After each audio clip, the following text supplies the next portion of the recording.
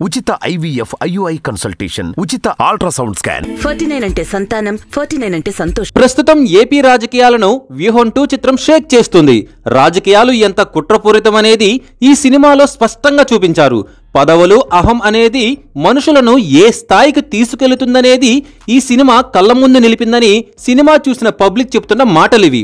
యాత్ర 2 cinema hit అవుతుందని, జగనన్న 2.0 పాలనకు మార్గం సుగమం అవుతుందని, మళ్లీ జగనన్న రావాలి, టీడీపీ కాంగ్రెస్ గోదాట్లో కలిసిపోవాలని వైఎస్ఆర్ అభిమానులు అంటున్నారు. తమ నాయకుడు జగన్ను అడ్డుకునేందుకు కుట్ర పన్నిన వాళ్లకు కాలమే సమాధానం చెప్పిందని, టీడీపీ ఘోరంగా ఓడిపోయిందని, కాంగ్రెస్ కు పుట్టగతలే లేవని వైఎస్ఆర్ అభిమానులు అంటున్నారు.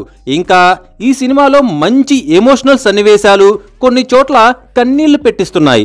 రాజన్న వ్యక్తిత్వం ఉన్నతంగా చిత్రీకరించారని చెప్పాలి. జగన్ను అనగదొక్కటానికి కాంగ్రెస్ తో కలిసి చంద్రబాబు ఎన్ని నాటకాలు ఆడింది యాత్రలో చూపించారు. చంద్రబాబు ఒక రాజకీయ విలన్ అనేది ఈనాటి పిల్లలకు సైతం అర్థమవుతోంది.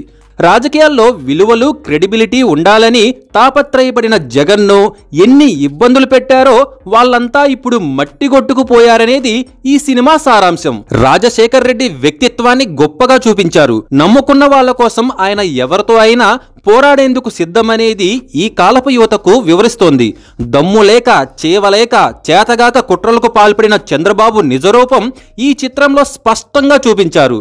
కుట్రలను ఛేదించుకుని జగనన్న ఒక నాయకుడిగా ఎదిగిన తీరు స్ఫూర్తివంతంగా ఉంది. ఈ సినిమా చూసిన ప్రతి ఒక్కరూ ఇవే మాటలు చెప్తున్నారు. అయితే వ్యూహం సినిమా విడుదలకు కూడా అన్ని అడ్డంకులు తొలగిపోయాయని, ఈ సినిమా కూడా త్వరలో విడుదలకు సిద్ధమవుతుందని సమాచారం.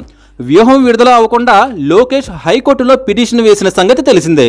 ఇక వ్యూహం సినిమా కూడా రిలీజ్ అయితే వైఎస్ అభిమానులు సంబరాలు చేసుకోవడం షురూ అయినట్లే.